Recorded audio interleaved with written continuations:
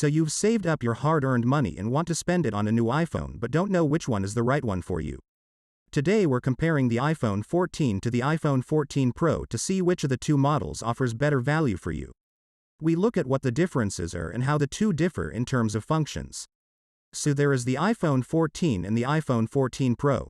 Both models are available in two different sizes, the iPhone 14 with 6.1-inch and the iPhone 14 Plus with 6.7-inch screen size. The Pro model is exactly the same. There is a 14 Pro with 6.1 and a 14 Pro Max with 6.7 inches. The first and most important differences start with the price. The iPhone 14 and 14 Plus are available from €999 and €1,149 for the larger model, and the 14 Pro and 14 Pro Max start at $1,299 and €1,449. By default, the iPhones come with 128 GB of internal storage. But you can also expand this by 256 or 512, which will significantly increase the price. Only the Pro has the option to expand the storage up to 1,000 GB. The iPhone 14 is available in the color blue, just as I have it here right now, purple, midnight, starlight, and red. The iPhone 14 Pro is available in dark purple, gold, silver and space black. The design is very similar for both, but they use different materials. The edges are flat and on the back we have glass. With the 14 we have a reflective glass on the back and the edges are aluminum, which are really very well made and very soft on the hand, and the camera module has a matte glass here. On the 14 Pro we have a matte glass on the back which also feels very smooth and soft and is also more resistant to fingerprints and scratches. The camera module here is made of reflective glass and the edges are made of polished stainless steel, which in turn is more susceptible to fingerprints but looks nice and is really very classy. Of course there are also differences in weight. The 14 weighs 172 and the 14 Pro 206 grams. If we look at the display, there isn't a huge difference in quality. They both cover the same color space, have the same pixel density so the sharpness of the screen, and both have that nice OLED display with that super deep black. However, the two differ from each other in 3 points. The first difference is the maximum brightness that the screens can achieve in everyday life. The iPhone 14 can achieve 800 nits and the 14 Pro 1000 nits typical brightness with HDR content. The 14 can then achieve another 1200 nits and the 14 Pro 1600, and outdoors the 14 Pro can even illuminate its screen to a whopping 2000 nits. But that doesn't mean that the iPhone 14 isn't bright enough for everyday use. That's it. In any case, only the 14 Pro just goes a little bit further. And the iPhones only achieve this absolute peak brightness in situations where it is really needed. So if you set the brightness to automatic, the display is always adjusted to match your ambient lighting, so that you can read it really well in every situation. The second difference is the refresh rate. The iPhone 14 has the classic 60 Hz and the 14 Pro has a 120 Hz promotion display, which means that animations when swiping up and down on the Pro model is a bit smoother. Some cannot tell the difference at all, while for others it makes a big difference. I hope you can see from the video what I mean here. The third difference is the always-on function, which we already know from the Apple Watch or other smartphone manufacturers. Normally the display goes completely off when it's in standby mode. On the 14 Pro the screen is only dimmed here and the refresh rate is reduced to 1 Hz per second in order not to worsen the battery life. And depending on the brightness or how dark it is in the environment, the screen also dims accordingly. So if the iPhone is lying with the display facing down or it's in your pocket or simply in a dark room, the screen will be darkened even more or switches off completely.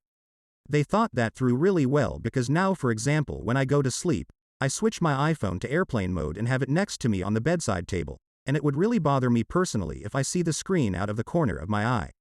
And there is another difference in the display. The iPhone 14 has the well-known notch, where the sensors and the front-facing camera are located. And the 14 Pro has a pill-shaped recess called the Dynamic Island. Dynamic Island because this black area not only has to be there for the front camera and the sensors, but because it can adapt individually to the use of the apps by displaying information and notifications, for example, and also expanding them depending on the content displayed. I think Apple has solved this really well. This black recess will always be visible, no matter what apps you use and what else you do with the iPhone. But it's not just there, it makes itself useful and is therefore felt to be much less of a nuisance. Then we come next to the performance. The iPhone 14 has an A15 and the 14 Pro has the newer A16 Bionic chip. And apart from that, there are actually no significant performance differences that the average user will ever notice. Because even if the 14 Pro has the newer chip, both have the same 6-core CPU, a 5-core GPU graphics performance and 16-core neural engine. So you will only notice a difference if you do something that requires a lot of graphics performance or apps that really demand a lot from the processor, such as image editing, video editing, just generally if you do something performance intensive. When playing a game, it loads a little faster on the 14 Pro, and by faster I mean maybe 2 seconds. Let's move on to another important point, the battery life. Officially, Apple states that the iPhone 14 allows up to 20 hours of video playback and the 14 Pro 23 hours. And that despite the fact that the Pro has a slightly smaller battery. This is simply because the 14 Pro has a 120Hz display and can adjust its refresh rate individually according to what is happening on the screen. While we have a constant 60 Hz on the screen of the iPhone 14 even when nothing is moving on the screen and everything is still, on the 14 Pro we have 10 Hz or 120 Hz, depending on what's happening on the screen. This means that if the image is still on the 14 Pro, it does not run at 120 Hz all the time but is reduced to 10 Hz and can be significantly more economical in such situations and can delay the next loading process a little bit further. And even though the image is moving on both, we have 60 Hz consistently on the 14 no matter how fast or slow you swipe back and forth.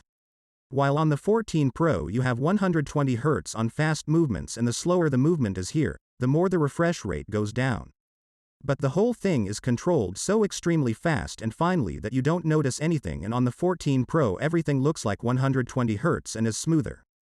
Of course, it always depends on the individual use, like which apps you use, how long you use the iPhone, etc. But the iPhone 14 and 14 Pro always lasted 1.5 to 2 days for me. There are also differences in the camera.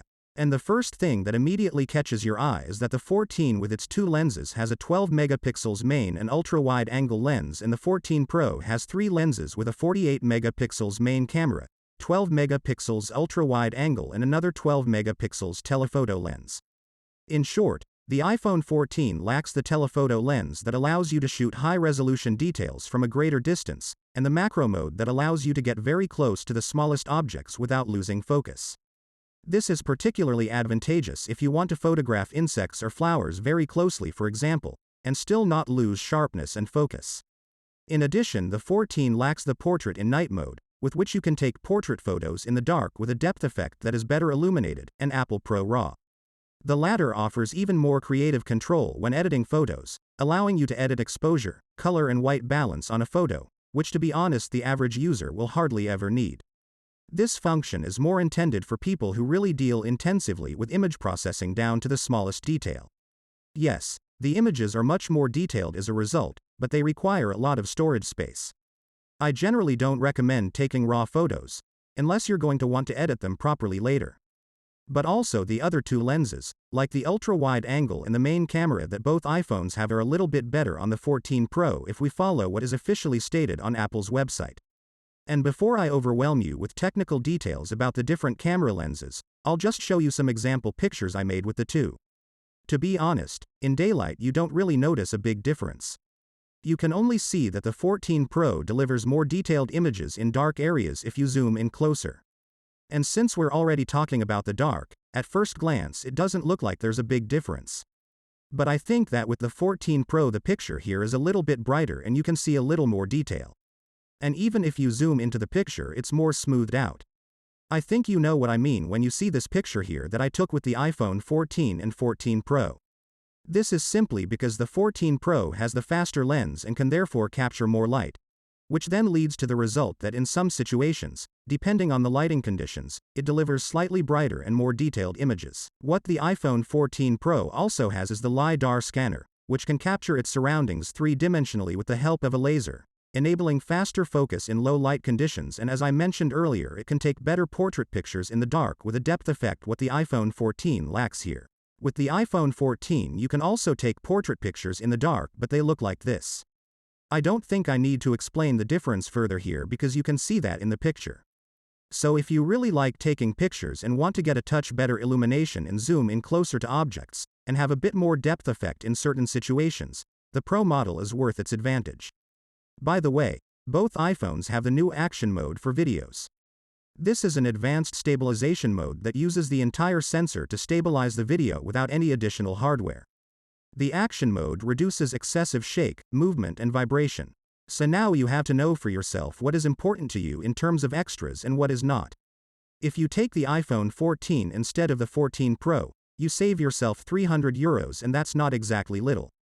But if you still don't want to miss the advantages of the Pro model and don't necessarily want to spend a lot of money on it, I have a little tip. Check out the iPhone 13 Pro.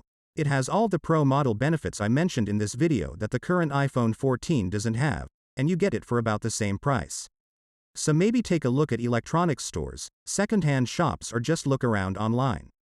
I'm sure you'll find something there. Alright guys, I hope you found this video helpful and enjoyable, and if so then give it a like to let me know, and I'll see you in the next video.